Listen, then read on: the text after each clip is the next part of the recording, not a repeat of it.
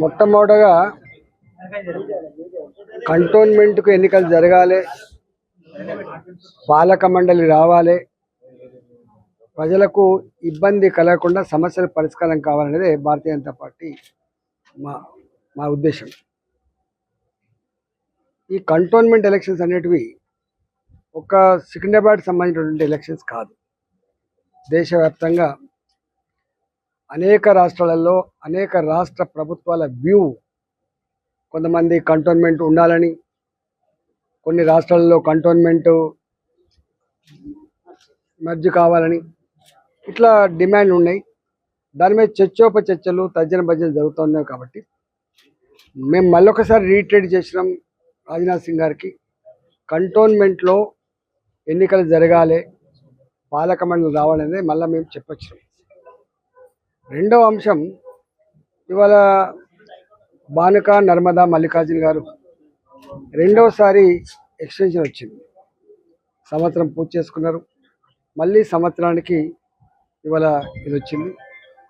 మేము ఎన్నికలు 3 నెలలకు జరుగుతాయా 4 నెలలకు జరుగుతాయా కానీ మొత్తానికైతే మళ్ళీ రెండవసారి ఆమెకు ఎక్స్టెన్షన్ వచ్చింది. ఆమెకు శుభాకాంక్షలు తెలియజేస్తూ ఉన్నాం.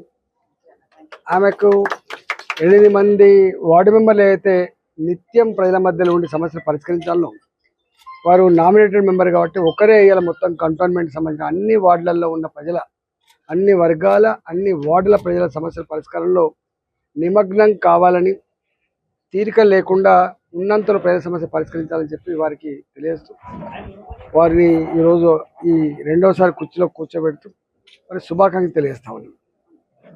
మూడవది, కంటోన్మెంట్ అనగానే మిలిటరీ అనే భావన తప్పు. నేను ఇప్పుడు లోపల కూడా అదే చెప్పిన.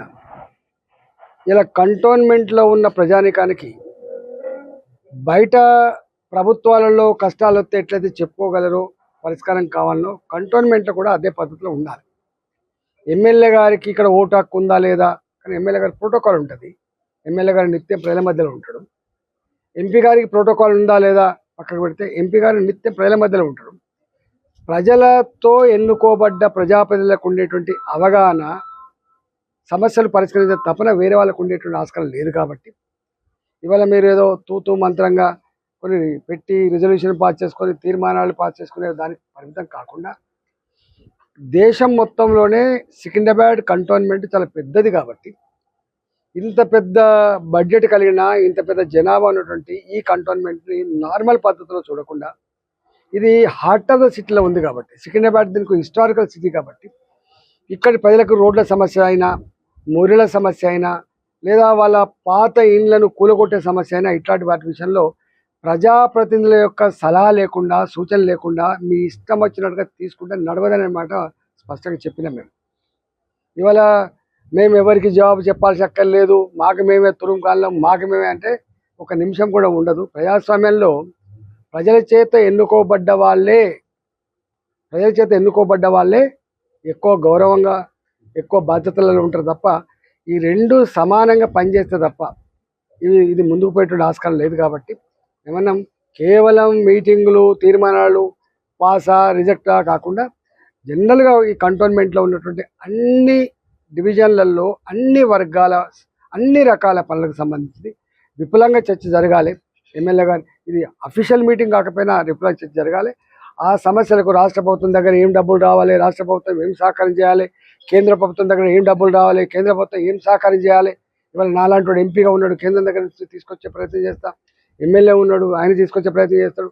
నేను కూడా గతంలో పనిచేసిన రాష్ట్ర మంత్రి. కాబట్టి ఎప్పటికప్పుడు మీరు వాటిగా ఇట్లా ఒక లెటర్ రాసి ఇది వస్తాను కూడా వచ్చే ప్రసక్తి లేదు. ఈ కాలంలో ప్రతి సమస్యను పరిశీలి చేస్తే తప్ప, రాష్ట్ర ప్రభుత్వం దగ్గర కానీ కేంద్ర ప్రభుత్వం దగ్గర కానీ పరిశీలి చేస్తే తప్ప, వెంటపడితే తప్ప పని కాదు. కాబట్టి మేము ఆ పని చేసి పెడతాం. రేపు మీరు ఇక్కడ ఉంటారు, రేపు ఇంకో ట్రాన్స్ఫర్ అయిపోతారు, కానీ మాకు ట్రాన్స్ఫర్స్ ఉండవు. ఇక్కడ మేము ప్రజల మధ్యలోనే ఉండాలి. మళ్ళీ ప్రజల చేత మళ్ళీ ఆశీర్వాదం పొందేటువంటి అక్కడ ఉంటుంది. కాబట్టి ఇక్కడ పాలక మండలి లేదు. కాబట్టి నామినేటెడ్ మెంబర్, ఎమ్మెల్యే గారు, ఎంపీ గారు కూర్చోబెట్టి మొత్తం ఏమున్నాయి సమస్యలు, వాటి మీద ఏం చేయగలం, మేము ఏం చేస్తాం. నువ్వు ఒకవేళ నీ శక్తి లేకపోతే, నువ్వు చేసే సత్తా లేకపోతే, నీకు ఇంట్రెస్ట్ లేకపోతే, మాలాంటి వాళ్ళమన్నా దాన్ని తీసుకొని నడిపేటువంటి ఆస్కారం ఉంటుంది. కాబట్టి రాబోయే కాలంలో తప్పకుండా కంటోన్మెంట్ ప్రజలు ఏదైతే ఇబ్బంది పడుతున్నారు, చాలా దిక్కుల 90 ఏళ్ళు 100 ఏళ్ళు ఉన్నటువంటి చిన్న చిన్న ఇళ్లను కూలగొట్టేటువంటి ప్రయత్నం చేస్తున్నారు. ఇట్లాంటి పిచ్చి ప్రయత్నం వద్దని చెప్తున్నాను నేను. ఇట్లాంటి పిచ్చి ప్రయత్నం అది. ఇక ప్రజలను వేధించడం, ప్రజలు ఇబ్బంది పెట్టేటువంటి ప్రయత్నం చేయొద్దని కోరుతున్నాం. నిత్యం నోటీసులు ఇచ్చుడు, చెప్పకుండా చేయకుండా పోవుడు, కూలగొట్టుడు, వాళ్ళను ఇల్లుకు దూరం చేయడం అనేటువంటిది మంచిది కాదు. నేను సమగ్రంగా ఈ 4-5 రోజులలో మళ్ళొకసారి అవసరమైతే కంటోన్మెంట్ అఫీషియల్ మీటింగ్ కాకుండా ఎమ్మెల్యే గారు, నేను, వారు ఆఫీసర్ కూర్చొని కంటోన్మెంట్లో ఏ సమస్యలు అయితే ఉన్నాయో ఆ సమస్యల పరిష్కారం కూడా మా వంతు ప్రయత్నం చేస్తాం. ఇవాళ బోర్డు మీద మీటింగ్లు ఏం లేవు, ఇష్యూస్ ఏం లేవు, బ్రాడ్గా చెప్పినాం.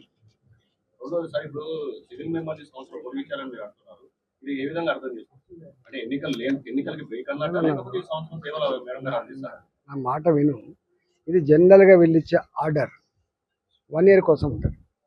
2 నెలలకు రావచ్చు ఎన్నికలు, 3 నెలలకు రావచ్చు, ఏదైనా జరగచ్చు కదా.